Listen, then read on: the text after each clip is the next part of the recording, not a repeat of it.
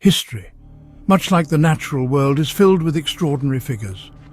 Some are kings and emperors, their stories carved into the very stones of their monuments. But others rise from obscurity, their legends whispered on the wind, growing stronger with each passing generation. Spartacus is one such figure. He was not born to power, nor did he command vast armies from a gilded throne. His story begins in the dust and shadows of the Roman Republic, a world of immense power and profound cruelty. He emerges not as a conqueror, but as a symbol of something far more potent, the unbreakable will to be free. The allure of Spartacus is rooted in his mysterious origins. We know so little for certain, and this very lack of detail allows the legend to breathe and expand. He was a ghost even in his own time, a man whose past was erased by the institution that sought to own him. Was he a soldier, a deserter, a simple herdsman? The Roman historians who wrote of him were his enemies, and their accounts are often coloured by disdain and fear. Whether Spartacus was captured in battle as a deserter or simply swept up in a raid on his village, the outcome was the same. He was stripped of his name, his identity, his liberty. He became a piece of property, a service, destined for a life of hard labour. Upon arriving in Italy, his potential was quickly recognized. He was not sent to the mines or the vast agricultural estates where life was often short and brutal. His destination was the city of Capua, a place famous throughout the Roman world for its amphitheatres and, more importantly, its gladiator schools, or ludi. Here men were turned into living weapons, their lives dedicated to the bloody spectacle of the arena. For Spartacus, the Thracian, this was the ultimate degradation. His warrior skills would be perverted for sport. Life in the ludus of Lentulus Batiatus was a harsh and unforgiving existence. It was a prison, a training camp, a death sentence. Every day was a grueling routine of physical conditioning and weapons training. Survival depended on mastery. Gladiators were property, but they were also celebrities, their lives and deaths a source of public fascination and gambling. The year was 73 BC. Within the oppressive walls of Batiatus's gladiator school, discontent was reaching a boiling point. The plan, according to the ancient historians, was hatched by Spartacus and a core group of fellow gladiators, including two Gauls named Crixus and Enomas. Their initial plot for a large-scale breakout was discovered, forcing their hand. The moment of truth had arrived. The escape itself was an act of desperate ingenuity. A small group of around 70 gladiators armed themselves not with swords or spears, but with whatever they could find in the kitchen. They fought their way out of the school and into the streets of Capua, causing panic and confusion. They happened upon a wagon transporting a shipment of gladiatorial arms and armour, a stroke of incredible fortune that felt like a sign from the gods. Now equipped as true warriors, they fled the city of Capua and sought refuge on the slopes of the nearby volcano Mount Vesuvius. From this high ground, they could see any approaching threat and plan their next move. The small band of escaped gladiators had found their sanctuary. To the Roman authorities, it was initially a minor annoyance. They dispatched a small militia force under the praetor Gaius Claudius Glaber to contain the fugitives. Spartacus demonstrated a level of tactical genius that absolutely stunned his Roman adversaries. He saw the slopes were covered in thick wild vines and ordered his men to weave them into long, sturdy ladders. Under cover of darkness, Spartacus and his men used those vine ladders to rappel down a sheer cliff face on the far side. The Romans had left that side unguarded, deeming it impassable. They circled the base and struck the Roman camp from the rear. The attack was a complete surprise. Glaber's soldiers, caught sleeping and unprepared, were routed. The rebels slaughtered them and seized the camp, its weapons and armour. The victory transformed everything.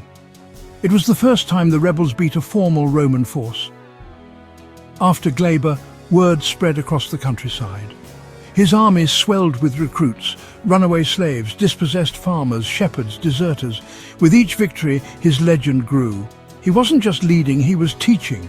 He trained the oppressed, transforming a disorganized mob into a disciplined fighting force. With his army growing daily, Spartacus became the master of southern Italy. Rome, finally awakening to the true scale of the threat, sent 2 more praetors with larger forces. Yet time and again, Spartacus outmaneuvered and outfought them. His forces would strike hard and fast, appearing as if from nowhere to ambush Roman columns on the march, only to melt back into the forests and mountains before a counterattack could be organized.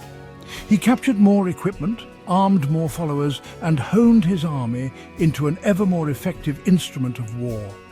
As they moved through the great estates, they freed thousands of slaves who eagerly joined their cause. The rebellion became a rolling revolution, its numbers swelling to tens of thousands, perhaps over 70,000 strong. This was no longer a small band of fugitives.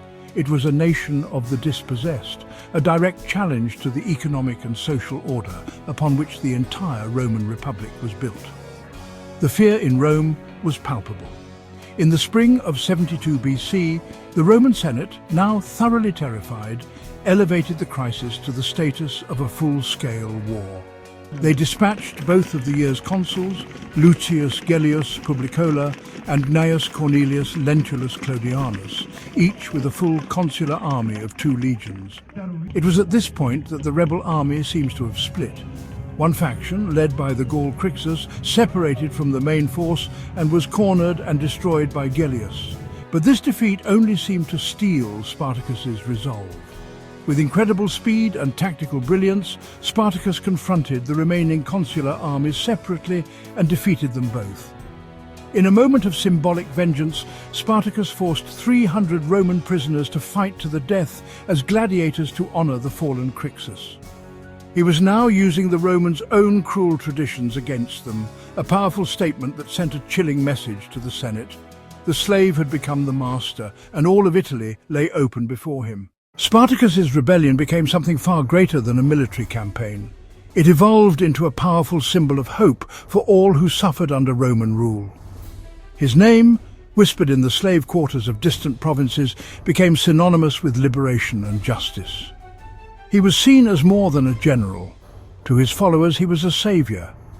He reportedly tried to ensure that the spoils of war were distributed equally among his followers, creating a sense of community and shared purpose that was absent in the rigidly stratified Roman army.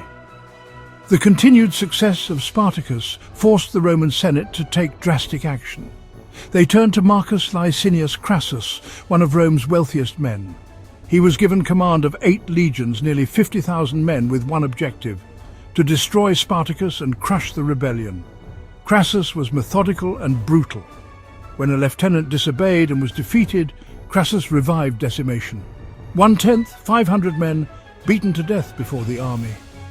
Discipline restored, Crassus pursued Spartacus, pinning the rebels in Bruttium.